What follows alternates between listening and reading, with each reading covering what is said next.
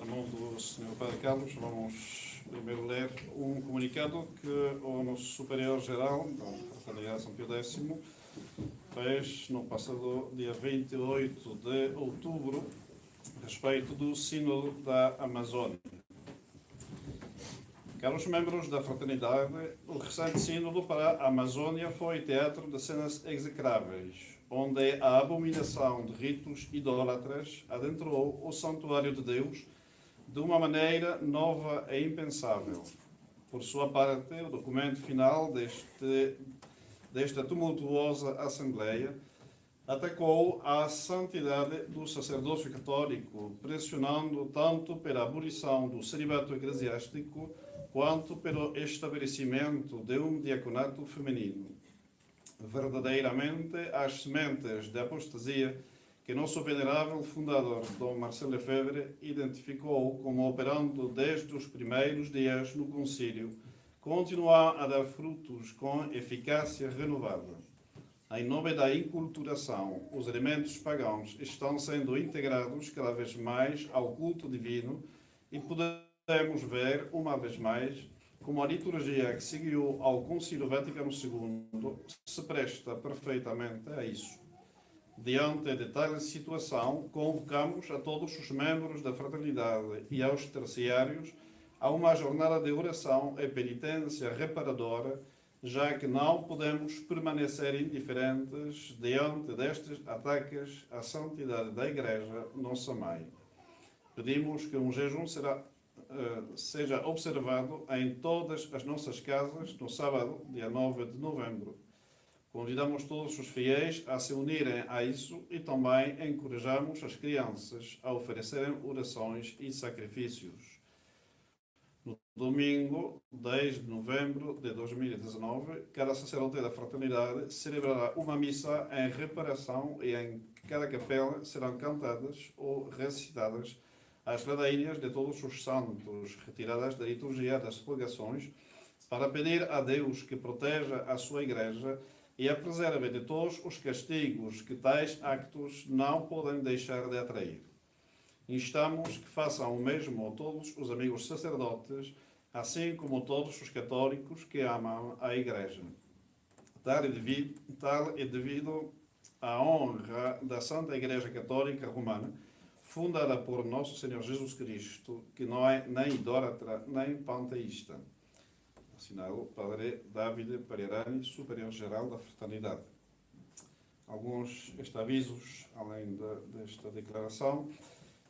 Esta semana, todos os dias, teremos às 5h30 o rezo do terço e às 7 a Santa Missa, com a exceção da segunda-feira.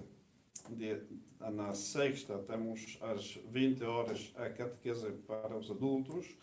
Em câmbio, no sábado 9 de novembro, não teremos catequese para as crianças, com motivo de um casamento que estarei a celebrar em Fátima. No próximo domingo, 10 de novembro, 22º depois de Pentecostes, as missas e ofícios nos horários habituais. Deixo a palavra ao Reverendo Sr. Padre Carlos.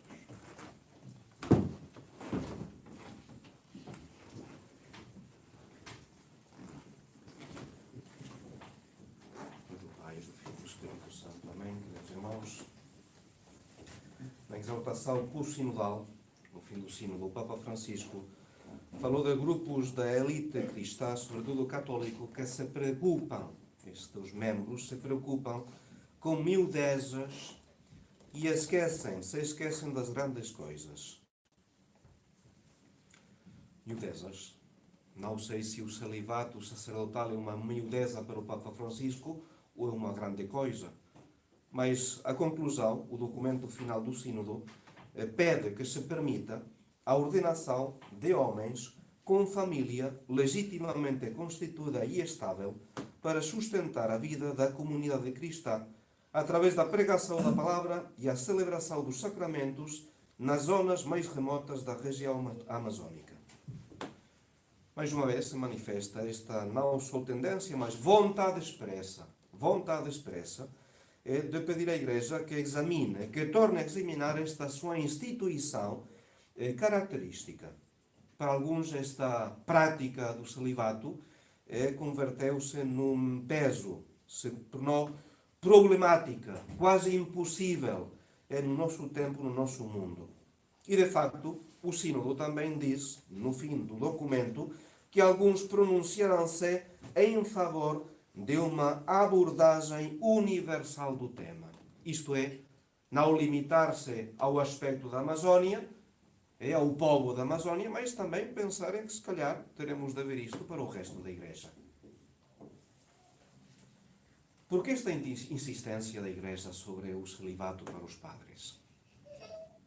Quais são os motivos que levam a que os padres, se querem ser padres, porque é livre para quem queira ser padre. Não é obrigação. No seminário, a mim não me obrigaram a ser padre. Eu livremente decidi, mesmo tive que assinar uma carta em que eu, conscientemente, livremente, pedia a recepção das ordens maiores, o subdiaconado, o diaconado e o sacerdócio. É livre. Sei que não é sempre fácil praticar a castidade. Que a castidade não se consegue, não se adquire de uma vez por todas para obter a paz. Tem de lutar. E a castidade é dos aspectos que requer uma grande luta para obter uma grande paz. Mas por que esta insistência então da Igreja sobre a castidade? Por que este conselho evangélico tão valorado pela Igreja, tão valorizado? São dois os motivos principais. Muito simples. O primeiro, o principal, é o exemplo de Cristo. Cristo Nosso Senhor, que não duvidou em quebrar as leis da natureza para nascer de uma mãe que ao mesmo tempo fosse virgem. Nossa Senhora, a Imaculada. E Cristo quis deixar de lado as leis normais da natureza para dizer, não, a minha mãe vai ser mãe, mas ao mesmo tempo vai guardar a castidade. São José, padre putativo, qual foi a sua função? Proteger a castidade de Nossa Senhora. O discípulo preferido de Nosso Senhor, São João, virgem, por causa da virgindade, diz os pais da Igreja. Ele foi capaz de transformar uma alma como Santa Maria Magdalena, ao ponto de convertir-se ela, grande pecadora, na inveja das almas castas. E da sua pregação, Nosso Senhor mostrava, prometia superabundante recompensa a todos quantos abandonem casa, família, mulher e filhos pelo reino de Deus. E a continuar, sublinhava que há eunucos que o são desde o ventre das suas mães, que há eunucos tornados tais pelas mãos dos homens, e há eunucos que a si mesmos se fizeram eunucos por amor do reino dos céus. Quem puder compreender, compreenda. É a frase principal. Quem puder compreender, compreenda. Primeira razão do celibato dos padres é o exemplo de Nosso Senhor Jesus Cristo. Segundo exemplo, palavras de São Paulo, segundo motivo. Quisera ver-vos livres de toda preocupação. O solteiro cuida das coisas que são do Senhor, de como agradar ao Senhor. O casado preocupa-se com as coisas do mundo, procurando agradar a sua esposa. Digo-es isto para vosso proveito, não para vos estender um laço, mas para vos ensinar que o que melhor convém, o que vos poderá unir ao Senhor sem partilha. Estas últimas palavras, sem partilha. O segundo motivo do celibato para os padres é que o coração do sacerdote não esteja compartilhado, pertença totalmente a Deus. O esposo tem dois grandes amores. E mesmo que o amor à esposa esteja subordinado a Deus, não deixa de ser uma preocupação. O religioso, o sacerdote, não tem duplicidade no seu coração. Toda a sua pessoa tem apenas uma direção, que é Deus Nosso Senhor. E este é o grande valor, o valor da castidade no padre, não é o culto à virtude. Não é o valor da renúncia. Não é mesmo os impedimentos suprimidos para que o seu tempo seja totalmente para Deus. Não. O motivo principal desta castidade é a solidão do coração do padre. E o facto que ele é incapaz de amar alguém fora de Deus como um amor humano, como um amor apaixonado, de maneira a praticar o primeiro mandamento da lei de Deus. Amar a Deus com todo o coração, com todas as suas forças, com toda a sua alma. Praticar este primeiro mandamento, considerando estes todos no seu sentido total, estrito. O sacerdote é outro Cristo. E dedica-se totalmente a Deus. Totalmente a Deus. Desliga o seu coração das criaturas para que o seu coração seja lançado diretamente para Deus. Que não haja reservas. Que não haja limitações. Que não haja compromissos no coração do sacerdote de maneira a dedicar-se a Deus e às coisas de Deus. E a sua inteligência fica livre, calma para a procura da verdade. E o seu coração ordena melhor os movimentos da natureza. De tal maneira que um sacerdote casto, puro, é capaz de aproximar-se das almas sujas, de curá-las e de não contaminar-se ele próprio. Transmite a pureza que Deus lhe concede. Os motivos contra o celibato, que é um peso para o padre, que é uma causa de quedas, os grandes escândalos, são tudo mentiras. São tudo mentiras. O sacerdote é um homem como os outros, sim. Um homem como os outros, sim, no sentido em que tem as mesmas dificuldades, as mesmas tentações que os outros. Se o sacerdote é um homem normal, tem de ter tentações. Mas o sacerdote não é o homem como os outros. Não é verdade. Há uma vocação divina, uma eleição da parte de Deus. Há uma graça de um sacramento, que é o sacramento da ordem sacerdotal. Há um caráter que faz do sacerdote o ministro de Cristo, oficialmente, da parte da Igreja. O sacerdote não é igual aos outros homens. Será igual aos outros homens quando não se comporte como sacerdote. Aí sim.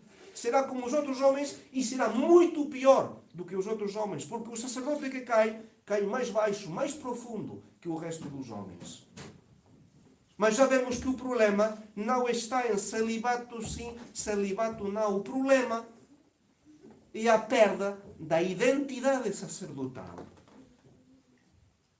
Se o sacerdote se converte, eu diria, num funcionário da Igreja, se o sacerdote se converte num professor, num assessor das almas, se o sacerdote perde de vista o aspecto de sacrifício, porque está a sacrificar Nosso Senhor e a fazer-se Ele próprio o sacrifício como a vítima que é Cristo Nosso Senhor, se estes perde de vista, o sacerdócio perde a sua razão de ser.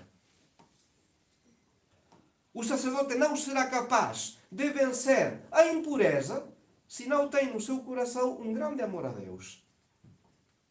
O problema não está no celibato sim, celibato não. Está num coração que está simplesmente profundamente descristianizado. Como dizer, quando é que se discute o celibato na Igreja? Nos tempos de crise e nos tempos de decadência. E nós estamos neste tempo de crise e tempo de decadência, porque em menos de 30 anos, desde o ano 64 ao ano 92, 55.000 padres deixaram o seu sacerdócio. Cristo não era motivo de felicidade para eles. Mudaram Cristo por uma mulher, ou deixaram o sacerdócio. Cristo não era suficiente motivo de alegria, de confiança, de amor para estes padres. É um sinal de decadência da Igreja Católica. Estamos numa crise, e esta crise, quando é uma crise de fé, necessariamente tem de ser também uma crise depois na moral. É por isso que é tão escandaloso ver as conclusões deste sínodo. tão escandaloso. A Igreja sempre admirou e cuidou dos seus sacerdotes. E para mim, qual foi o motivo que a mim me levou a ser sacerdote? Não são os sacerdotes mundanos, desleixados, os sacerdotes que não sabem o que são. Não foi isso que a mim me atraiu para o sacerdócio. Foi ler a vida de um São João Bosco, de um Padre Pio, de um Santo Cura de Ars, e dizer, eu desejava ser um sacerdote como eles. E nem sequer isso. Os sacerdotes que eu conheci na minha infância, bons padres, não digo que fizessem coisas extraordinárias, mas eu os via rezar o seu breviário, dizer o seu terço. Quando pregavam, diziam simplesmente, explicavam o Evangelho. Isso para mim foi simplesmente o que me levou. Eu também desejo fazer parte desta elite, sim, elite, porque o sacerdócio é uma elite, está por acima do resto, tem de estar por acima do resto, necessariamente. E para a Igreja Católica, a castidade sempre foi o seu motivo de orgulho, a sua pérola, que não se encontra nas outras igrejas, que não existe, porque não é natural, é sobrenatural. Então vemos as consequências deste sínodo. Acabo com duas citações do Papa Paulo VI. Paulo VI, que redigiu, no ano 67, uma encíclica, um documento sobre o celibato sacerdotal. Com termos já mais ou menos modernos, mas ainda a defender o celibato eclesiástico. Duas frases. Uma dirigida aos padres que duvidam sobre o seu sacerdócio. Se estes sacerdotes soubessem quanta dor, quanta desonra, quanta perturbação causa a Santa Igreja de Deus. Se refletissem na solenidade e beleza dos compromissos assumidos e nos perigos que enfrentarão nesta vida e na futura, seriam mais cautelosos e reflexivos ao tomar suas decisões, mais solícitos na oração e mais lógicos e corajosos em prevenir as causas do seu colapso espiritual e moral. Primeira frase dirigida aos padres. Segunda frase dirigida aos fiéis. Porque os fiéis também têm a sua influência sobre a santidade dos sacerdotes.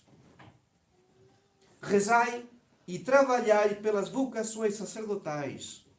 Ajudai os sacerdotes com dedicação e amor filial, com dócil cooperação a eles dada, com a intenção bem determinada de oferecer-lhes o conforto da alegre correspondência aos seus cuidados pastorais. Animai estes vossos pais em Cristo a superarem as diversas dificuldades que encontram no cumprimento fiel dos deveres para a edificação do mundo. Cultivai, com espírito de fé e de caridade cristã, profundo respeito pelo sacerdote, de modo particular na condição de homem totalmente consagrado ao serviço de Deus e da Igreja.